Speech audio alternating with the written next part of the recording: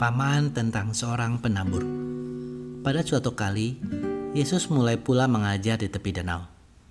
Maka datanglah orang banyak yang sangat besar jumlahnya mengerumuni dia, sehingga ia naik ke sebuah perahu yang sedang berlabuh, lalu duduk di situ. Sedangkan semua orang banyak itu di darat, di tepi danau itu. Dan ia mengajarkan banyak hal dalam perumpamaan kepada mereka. Dalam ajarannya itu, ia berkata kepada mereka, "Dengarlah, ada seorang penabur keluar untuk menabur. Pada waktu ia menabur, sebagian benih itu jatuh di pinggir jalan. Lalu datanglah burung dan memakannya sampai habis. Sebagian jatuh di tanah yang berbatu-batu, yang tidak banyak tanahnya. Lalu benih itu pun segera tumbuh, karena tanahnya tipis. Tetapi sesudah matahari terbit, layulah ia dan menjadi kering karena tidak berakar. Sebagian lagi jatuh di tengah semak duri. Lalu semakin besarlah semak itu dan menghimpitnya sampai mati, sehingga ia tidak berbuah. Dan sebagian jatuh di tanah yang baik. Ia tumbuh dengan suburnya dan berbuah. Hasilnya ada yang 30 kali lipat, ada yang 60 kali lipat, ada yang 100 kali lipat." Dan katanya, "Siapa mempunyai telinga untuk mendengar, hendaklah ia mendengar." Ketika ia sendirian, pengikut-pengikutnya dan ke-12 murid itu menanyakan dia tentang perumpamaan itu. Jawabnya, "Kepadamu telah diberikan rahasia kerajaan Allah, tetapi kepada orang-orang luar segala sesuatu disampaikan dalam perumpamaan, supaya sekalipun melihat, mereka tidak menangkap. Sekalipun mendengar, mereka tidak mengerti. Supaya mereka jangan berbalik dan mendapat ampun." Lalu ia berkata kepada mereka, "Tidakkah kamu mengerti perumpamaan ini? Kalau demikian, bagaimana kamu dapat memahami semua perumpamaan yang lain?" Penabur itu menaburkan firman. Orang yang di pinggir jalan, tempat firman itu ditaburkan, ialah mereka yang mendengar firman. Lalu datanglah iblis dan mengambil firman yang baru ditaburkan di dalam mereka. Demikian juga yang ditaburkan di tanah yang berbatu-batu, ialah orang-orang yang mendengar firman itu dan segera menerimanya dengan gembira. Tetapi mereka tidak berakar dan tahan sebentar saja. Apabila kemudian datang penindasan atau penganiayaan karena firman itu, mereka segera murtad. Dan yang lain ialah yang ditaburkan di tengah semak duri. Itulah yang mendengar firman itu, lalu kekhawatiran dunia ini dan tipu daya kekayaan dan keinginan-keinginan akan hal yang lain masuklah menghimpit firman itu sehingga tidak berbuah. Dan akhirnya yang ditaburkan di tanah yang baik ialah orang yang mendengar dan menyambut firman itu, lalu berbuah. Ada yang 30 kali lipat, ada yang 60 kali lipat, dan ada yang 100 kali lipat. Perumpamaan tentang pelita dan tentang ukuran. Lalu Yesus berkata kepada mereka, "Orang membawa pelita bukan supaya ditempatkan di bawah gantang atau di bawah tempat tidur, melainkan supaya ditaruh di atas kaki Dian.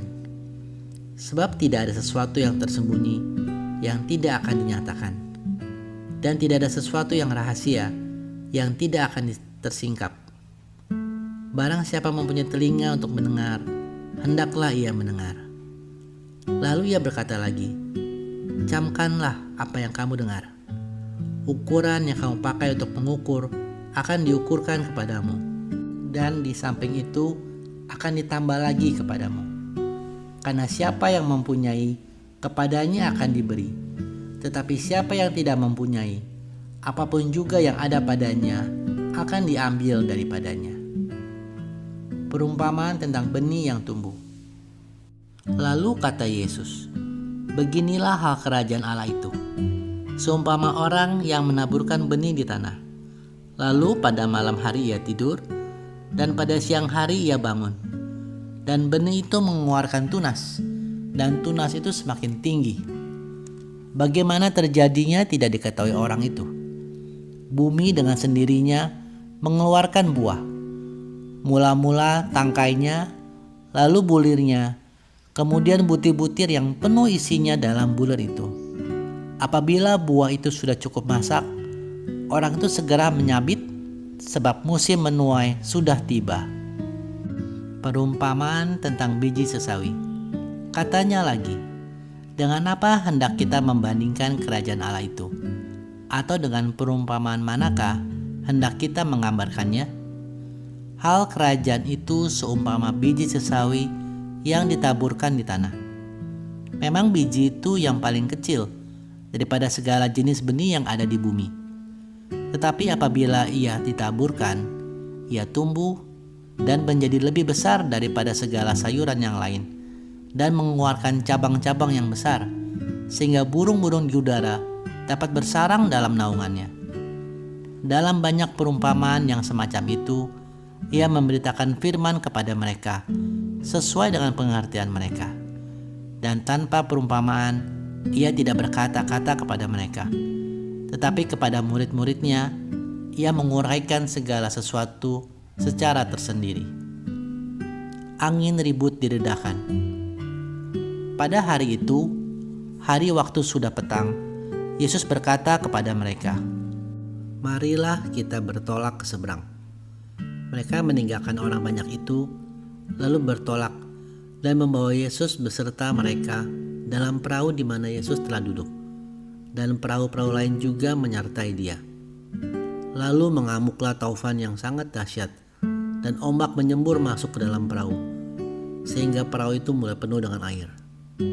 Pada waktu itu, Yesus sedang tidur di buritan di sebuah tilam. Maka murid-muridnya membangunkan dia dan berkata kepadanya, "Guru, engkau tidak peduli kalau kita binasa?" Ia pun bangun, menghardik angin itu dan berkata kepada danau itu, "Diam, tenanglah." Lalu angin itu reda dan danau itu menjadi teduh sekali. Lalu ia berkata kepada mereka, "Mengapa kamu begitu takut? Mengapa kamu tidak percaya?" Mereka menjadi sangat takut dan berkata seorang kepada yang lain, "Siapa gerangan orang ini, sehingga angin dan danau pun taat kepadanya?" Yesus mengusir roh jahat dari orang gerasa. Lalu sampailah mereka di seberang danau, di daerah orang gerasa. Baru saja Yesus turun dari perahu, datanglah orang yang kerasukan roh jahat dari pekuburan menemui dia. Orang itu diam di sana, dan tidak ada seorang pun lagi yang sanggup mengikatnya, sekalipun dengan rantai. Karena sudah sering ia dibelenggu dan dirantai, tetapi rantainya diputuskannya, dan belenggunya dimusnahkannya, sehingga tidak ada seorang pun yang cukup kuat untuk menjinakkannya. Siang malam ia berkeliaran di pekuburan dan di bukit-bukit, sambil berteriak-teriak dan memukuli dirinya dengan batu. Ketika ia melihat Yesus dari jauh, berlarilah ia mendapatkannya lalu menyembahnya. Dan dengan keras ia berteriak, "Apa urusanmu dengan aku, hai Yesus, Anak Allah yang Maha Tinggi? Demi Allah, jangan siksa aku."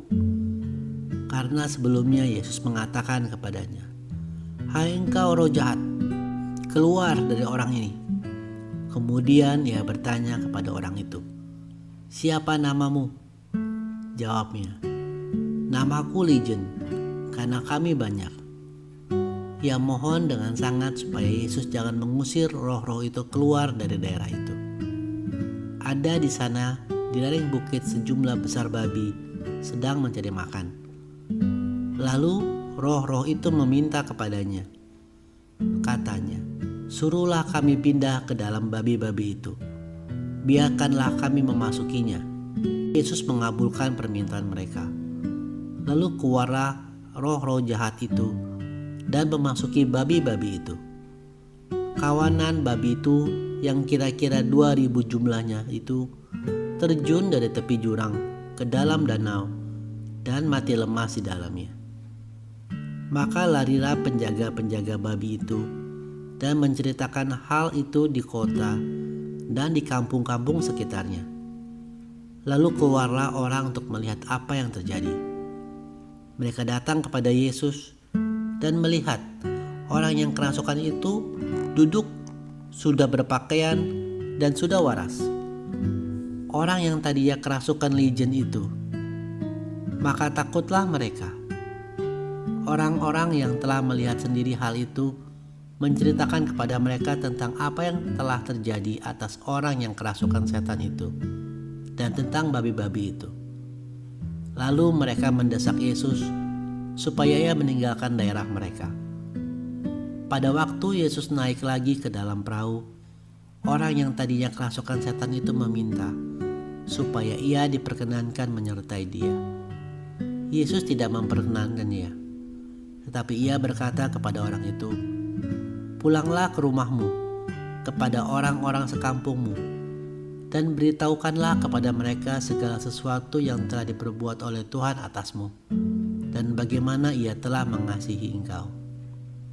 Orang itu pun pergilah dan mulai memberitakan di daerah Dekapolis segala yang telah diperbuat Yesus atas dirinya, dan mereka semua menjadi heran. Yesus membangkitkan anak Yairus dan menyembuhkan seorang perempuan yang sakit pendarahan. Sesudah Yesus menyeberang lagi dengan perahu, orang banyak berbondong-bondong datang lalu mengerumuni dia.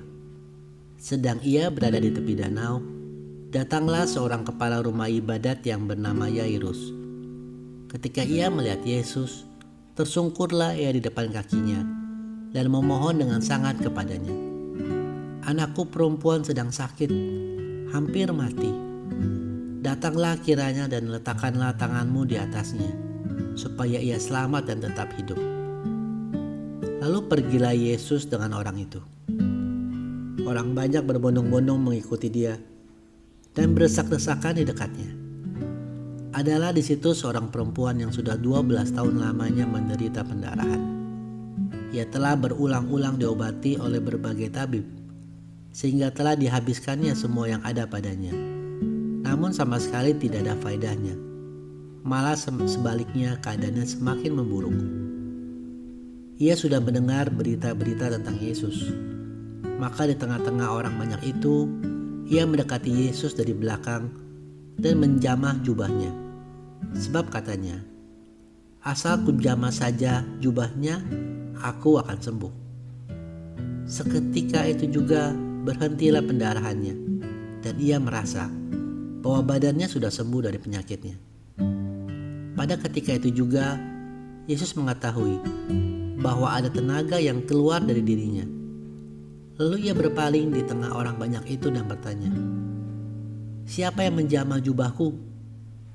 Murid-muridnya menjawab, "Engkau melihat bagaimana orang-orang ini berdesak-desakan dekatmu, dan engkau bertanya, siapa yang menjamah aku?"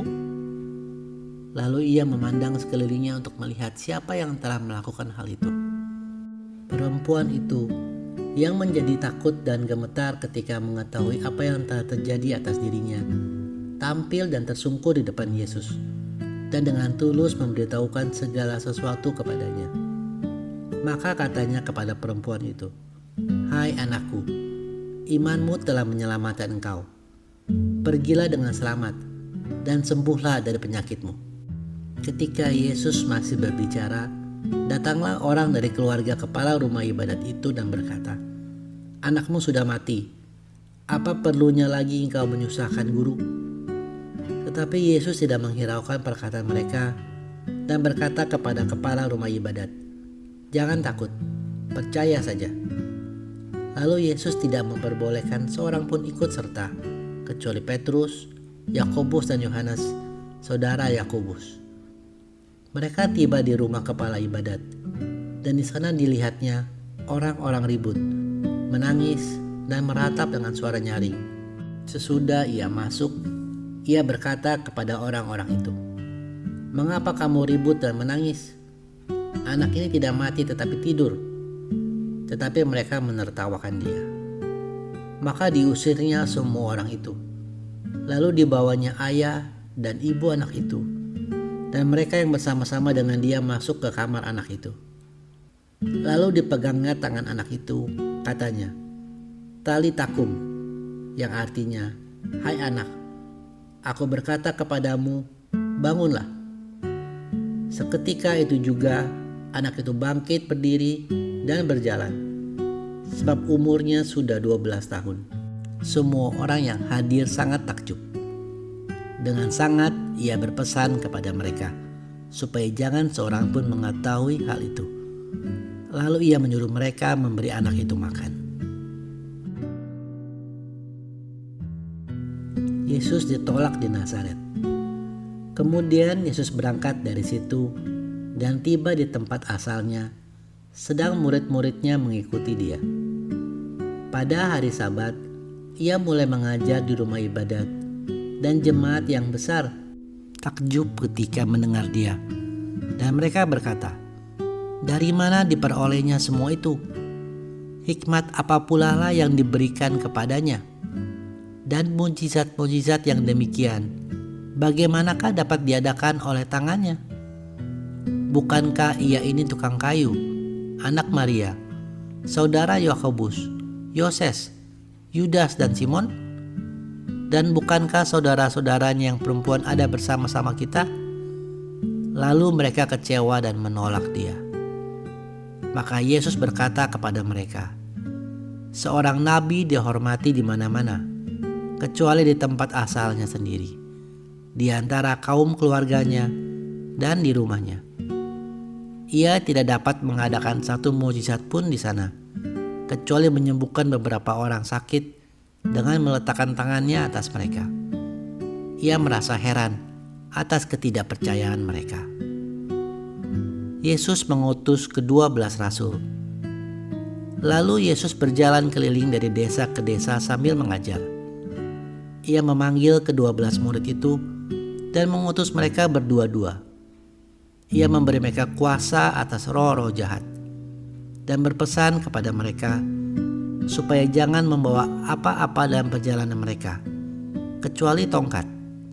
Roti pun jangan, bekal pun jangan, uang dalam ikat pinggang pun jangan.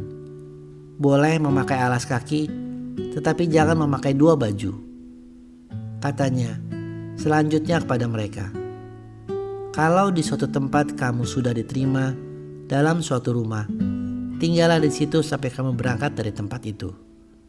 Dan kalau ada suatu tempat yang tidak mau menerima kamu, dan kalau mereka tidak mau mendengarkan kamu, keluarlah dari situ dan kebaskanlah debu yang ada di kakimu sebagai peringatan bagi mereka."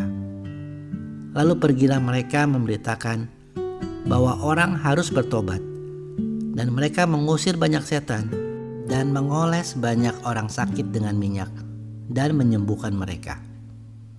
Yohanes Pembaptis dibunuh. Raja Herodes juga mendengar tentang Yesus, sebab namanya sudah terkenal dan orang mengatakan, "Yohanes Pembaptis sudah bangkit dari antara orang mati, dan itulah sebabnya kuasa-kuasa itu bekerja di dalam dia." Yang lain mengatakan, "Ia itu Elia." Yang lain mengatakan, "Ia itu seorang nabi sama seperti nabi-nabi yang dahulu."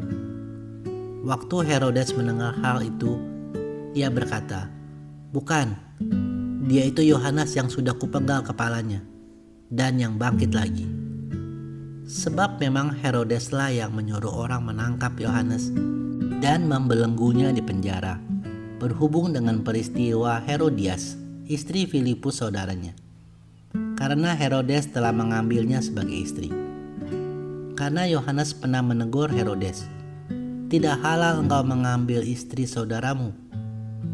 Karena itu Herodias menaruh dendam pada Yohanes dan bermaksud untuk membunuh dia, tetapi tidak dapat, sebab Herodes segan akan Yohanes karena ia tahu bahwa Yohanes adalah orang yang benar dan suci. Jadi ia melindunginya. Tetapi apabila ia mendengar Yohanes, hatinya selalu terombang-ambing. Namun ia selalu merasa senang juga mendengarkan dia.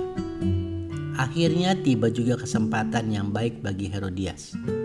Ketika Herodes pada hari ulang tahunnya mengadakan perjamuan untuk pembesar-pembesarnya, perwira-perwiranya, dan orang-orang terkemuka di Galilea. Pada waktu itu, anak perempuan Herodias tampil lalu menari. Dan ia menyukakan hati Herodes dan tamu-tamunya. Raja berkata kepada gadis itu, "Minta daripadaku apa saja yang kau ingini, maka akan kuberikan kepadamu." Lalu bersumpah kepadanya, "Apa saja yang kau minta akan kuberikan kepadamu, sekalipun setengah dari kerajaanku." Anak itu pergi dan menanyakan ibunya, "Apa yang harus kuminta?" Jawabnya, "Kepala Yohanes Pembaptis." Maka cepat-cepat ia pergi kepada raja dan meminta, "Aku mau supaya sekarang juga engkau berikan kepadaku kepala Yohanes Pembaptis di sebuah talam." Lalu sangat sedihlah hati raja. Tetapi karena sumpahnya dan karena tamu-tamunya, ia tidak mau menolaknya. Raja segera menyuruh seorang pengawal dengan perintah supaya mengambil kepala Yohanes. Orang itu pergi dan memenggal kepala Yohanes di penjara. Ia membawa kepala itu di sebuah talam dan memberikannya kepada gadis itu. Dan gadis itu memberikannya pula kepada ibunya. Ketika murid-murid Yohanes mendengar hal itu, mereka datang dan mengambil mayatnya, lalu membaringkannya dalam kuburan. Yesus memberi makan 5.000 orang. Kemudian rasul-rasul itu kembali berkumpul dengan Yesus dan memberitahukan kepadanya semua yang mereka kerjakan dan ajarkan. Lalu ia berkata kepada mereka, "Marilah ke tempat yang sunyi, supaya kita sendirian dan beristirahat seketika. Sebab memang begitu banyaknya orang yang datang dan yang pergi, sehingga makan pun mereka tidak sempat." Maka berangkatlah mereka untuk mengasingkan diri dengan perahu ke tempat yang sunyi. Tetapi pada waktu mereka bertolak, banyak orang melihat mereka dan mengetahui tujuan mereka. Dengan mengambil jalan darat segeralah datang orang dari semua kota ke tempat itu, sehingga mendahului mereka. Ketika Yesus mendarat, ia melihat sejumlah besar orang banyak. Maka tergeraklah hatinya oleh belas kasihan kepada mereka, karena mereka seperti domba yang tidak mempunyai gembala. Lalu mulailah ia mengajarkan banyak hal kepada mereka. Pada waktu hari sudah mulai malam, datanglah murid-muridnya kepadanya dan berkata, "Tempat ini sunyi, dan hari sudah mulai malam. Suruhlah mereka pergi, supaya mereka dapat membeli makanan di desa-desa dan di kampung-kampung di sekitar ini." Tetapi jawabnya, "Kamu harus memberi mereka makan." Kata mereka kepadanya, "Jadi haruskah kami membeli roti seharga 200 dinar untuk memberi mereka makan?" Tetapi ia berkata kepada mereka, "Berapa banyak roti yang ada padamu? Coba periksa." Sesudah memeriksanya, mereka berkata, 5 roti dan 2 ikan. Lalu ia menyuruh orang-orang itu duduk, supaya semua duduk dan berkelompok-kelompok di atas rumput hijau. Maka duduklah mereka berkelompok-kelompok. Ada yang 100, ada yang 50 orang. Dan setelah ia mengambil 5 roti dan 2 ikan itu, ia menengadah ke langit dan mengucap berkat. Lalu memecah-mecahkan roti itu dan memberikannya kepada murid-muridnya, supaya dibagi-bagikan kepada orang-orang itu. Begitu juga kedua ikan itu dibagi-bagikannya kepada mereka semua. Dan mereka semuanya makan sampai kenyang. Kemudian orang mengumpulkan potongan-potongan roti 12 bakul penuh, selain daripada sisa-sisa ikan. Yang ikut makan roti itu ada 5.000 orang laki-laki. Yesus berjalan di atas air. Sesudah itu, Yesus segera memerintahkan murid-muridnya naik ke perahu dan berangkat lebih dulu ke seberang, ke Betsaida. Sementara itu ia menyuruh orang banyak pulang. Setelah ia berpisah dari mereka, ia pergi ke bukit untuk berdoa. Ketika hari sudah malam, perahu itu sudah di tengah danau, sedang Yesus tinggal sendirian di darat. Ketika ia melihat betapa payahnya mereka mendayung karena angin sakal, maka kira-kira jam 3 malam, ia datang kepada mereka berjalan di atas air, dan ia hendak melewati mereka. Ketika mereka melihat dia berjalan di atas air, mereka mengira bahwa ia adalah hantu. Lalu mereka berteriak-teriak, sebab mereka semua melihat dia, dan mereka pun sangat terkejut. Tetapi segera ia berkata kepada mereka, "Tenanglah, aku ini, jangan takut." Lalu ia naik ke perahu, mendapatkan mereka, dan angin pun redalah. Mereka sangat tercengang dan bingung, sebab sesudah peristiwa roti itu, mereka belum juga mengerti, dan hati mereka tetap degil. Yesus menyembuhkan orang-orang sakit di Genesaret. Setibanya di seberang, Yesus dan murid-muridnya mendarat di Genesaret dan berlabuh di situ. Ketika mereka keluar dari perahu, orang segera mengenal Yesus. Maka berlari-larilah mereka ke seluruh daerah itu dan mulai mengusung orang-orang sakit di atas tilamnya kepada Yesus, di mana saja kabarnya ia berada.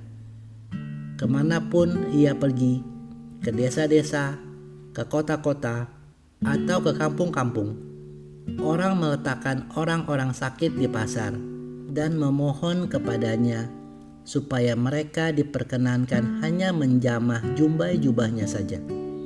Dan semua orang yang menjamahnya menjadi sembuh.